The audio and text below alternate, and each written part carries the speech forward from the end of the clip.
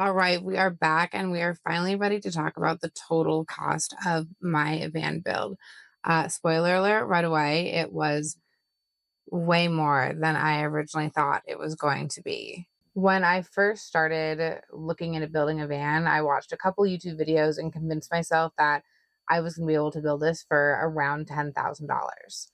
Now, there are budget van builds that you can definitely do for under $10,000, but if I had done a little more research, I would have quickly realized that a $10,000 price tag for the things that I wanted in my van just weren't realistic. So, in a way, I'm glad that I didn't do that research because if I had known ahead of time what the actual price was going to be, I would have gotten too scared and not even done it.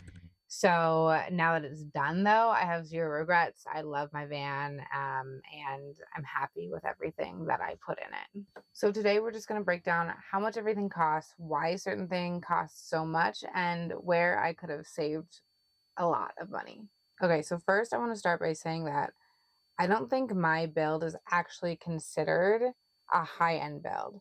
Maybe like a medium to high end, but it's definitely not like the fanciest of the fanciest that you can get. It's also definitely not a budget build. So I think mine is more middle of the road, maybe a little leaning towards the higher end just because of my electrical system. So we're just going to jump right into it. The total cost of the van itself was $30,000 plus taxes was 37,000. So that's with nothing in it. That is bare bones. Oh, it also had 60,000 miles. That was important to me to get something with low mileage. I didn't want to buy something with higher mileage because I want to get as many years out of this as possible. I also wanted to feel safe, like if I'm driving in the middle of nowhere or on backcountry roads, something's not going to break down and then I'll be stuck, especially as the solo female van lifer out in the middle of nowhere.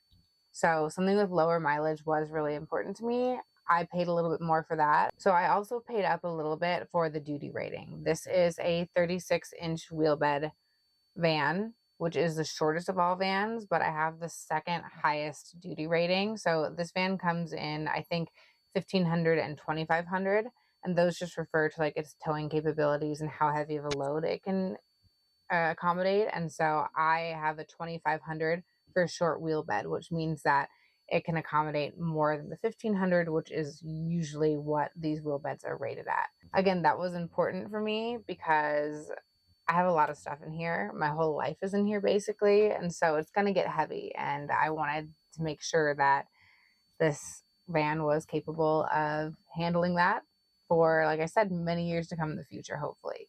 So, yeah, total for the van was 3,700. That was also more than I thought. It was hard to even find one at this price. I think ever since kind of COVID and the explosion of van life, prices have gone way up.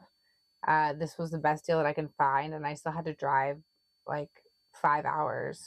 I had to drive to a whole different state just to get this van for this price because I couldn't find any even in the area that I was living at. So that was the first um, kind of big shock to me, was and should have been my first clue that things weren't going to be as cheap as I thought they were going to be.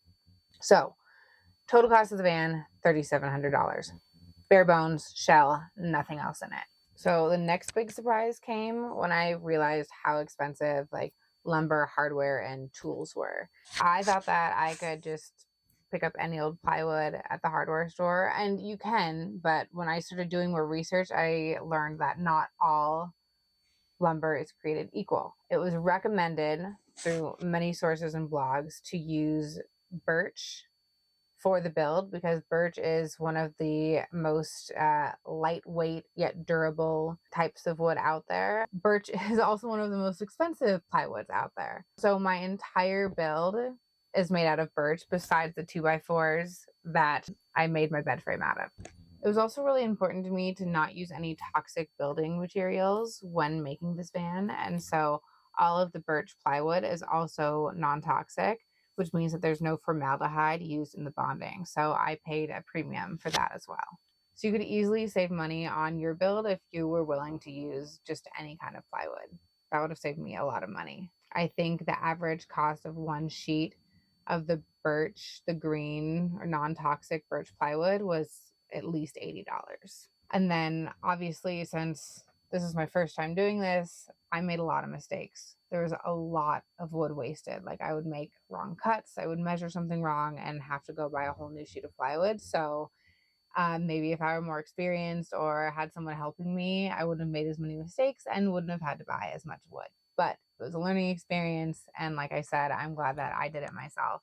Another thing was tools. I thought I had a ton of tools. Like my dad left like an entire workshop for my mom. He had saws, hammers, and I had my own set of tools too.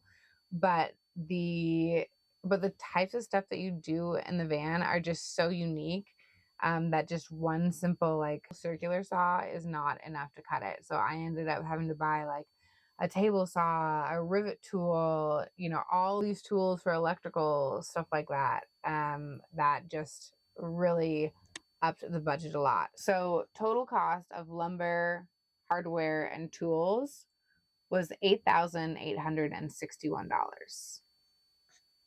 Yeah, that was my second highest spending category. The category that I spent the most money on was alterations to the van. So I counted alterations as anything that I had to physically alter the exterior body of the van. So that includes windows, my fan, air conditioner, because I had to cut holes in the roof for that, my lift kit, adding tires, anything that didn't come stock with the van. So that's with all of the tools for that as well, or any bonding agents that I needed. Total altogether for alterations was $9,162. Now, you could also do that a lot cheaper. Now, if it were just me in the van and I didn't have my dog, who has a very thick coat and is very fluffy and hates hot weather, I would not have gotten an air conditioner. That would have saved me at least $4,000. I also got a lift kit on my van. I'm hoping in the future to put a water tank underneath my van. So now the lift kit just gives me higher clearance when I do that. Was it absolutely necessary? No, you don't need a lift kit on your van. I bought all-terrain tires because I also like to go on some pretty rough roads and trailheads. Do you need all-terrain tires? Not if you're planning just to go to regular campgrounds. A lot of ways there that you could save money.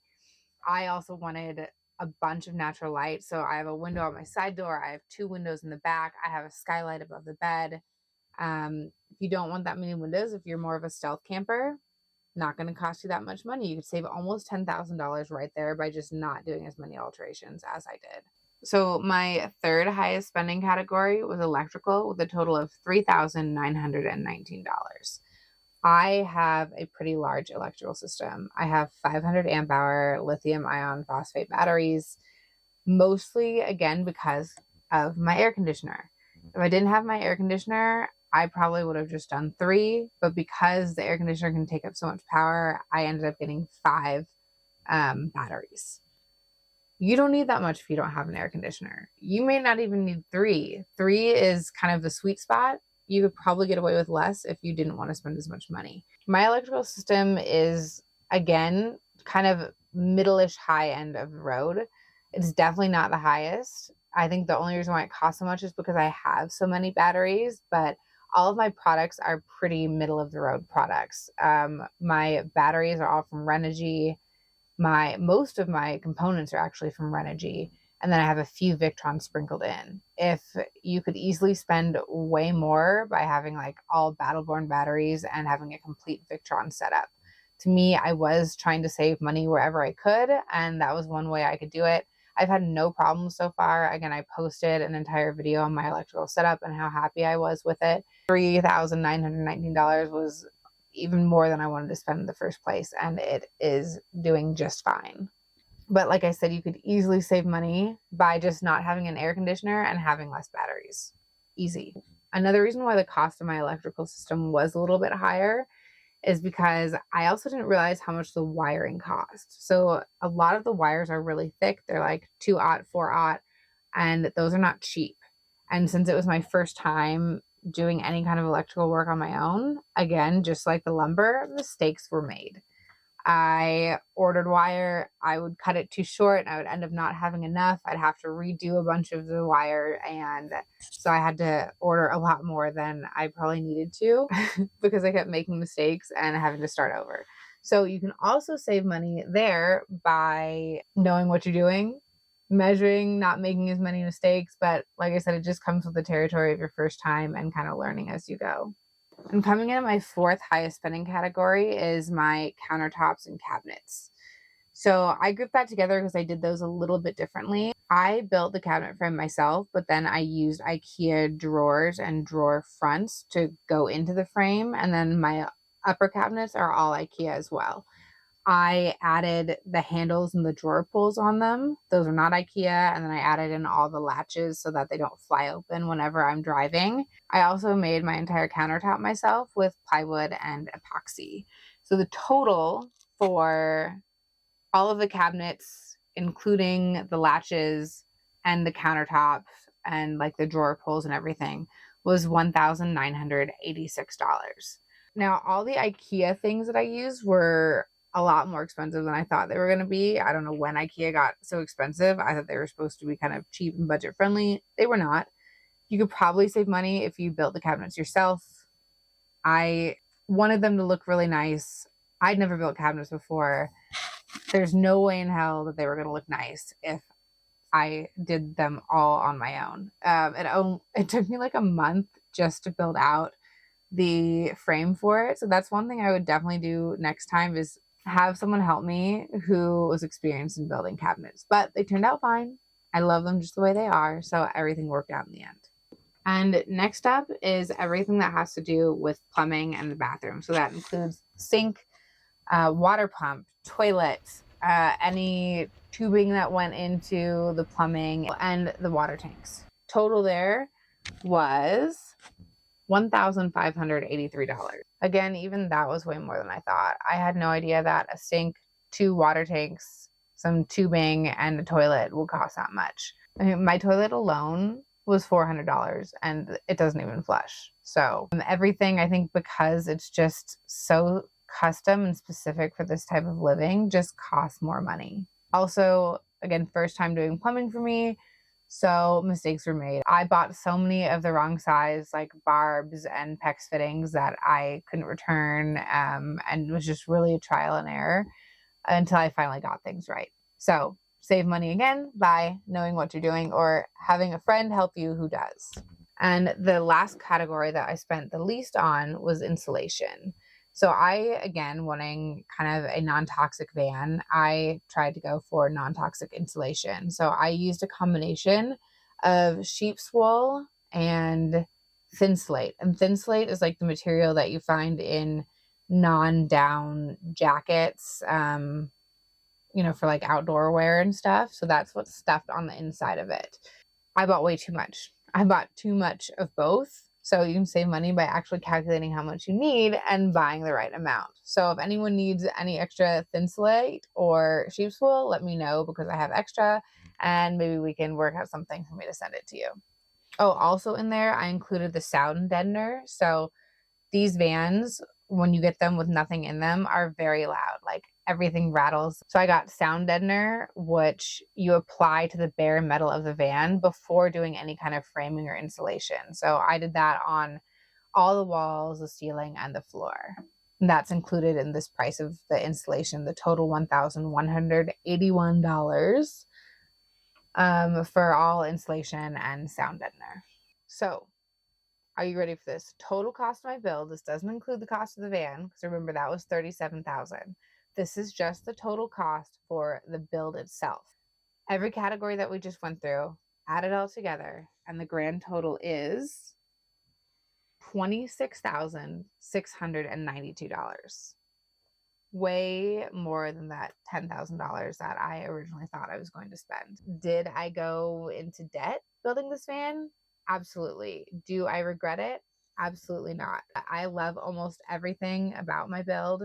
And what I love even more is that now I'm living the life that I manifested, that I dreamed of, and that, my dad would be so proud of me for doing. I just hope that this video can help others who are interested in building vans realize like where they can save money, how much things realistically cost if you don't maybe want a super, super budget build. If you are thinking about building a van or are currently building a van, hopefully you got something out of this video and can learn from some of my mistakes, or at least be prepared for when they do happen, because I would get so frustrated when I would mess things up and waste a lot of money. And it still kind of kills me today, but it's just part of the process. So if you're not sure about doing things, maybe ask someone for help. That would have saved me a lot of tears and a lot of time and probably a lot of money as well. You know, there's ways that you can definitely make a build cheaper than mine. There's ways that you can also spend a lot more money on this build. And that's why these things aren't as cheap as some people think they are. You think living in a van, you're going to save a lot of money. So far, that hasn't been the case for me. Now, one thing I also want to mention is that the total cost, so the $37,000 for the van and then the $26,692 for the build, does not include all of the mechanical problems that I've also had to fix on this van, which was a couple more $1,000s. So maybe that will be my next video of everything that went wrong, just so you can truly prepare yourself for how much things like this can cost. So yeah, next up will be, I guess, everything that went wrong mechanically with the van, what I've had to spend to fix that so far, and then maybe we'll do things that I would change about the build. Because while I do love most of it, there are always going to be a few things that are like, "Oh, I wish I could have done that differently." And I think those are super helpful to know before you start building a van, or if you are starting to think about your layout, your build, or purchasing things for your van. So stay tuned. That will be next week. I'm going to go enjoy the rest of Arizona, and I will talk to you guys soon. Bye.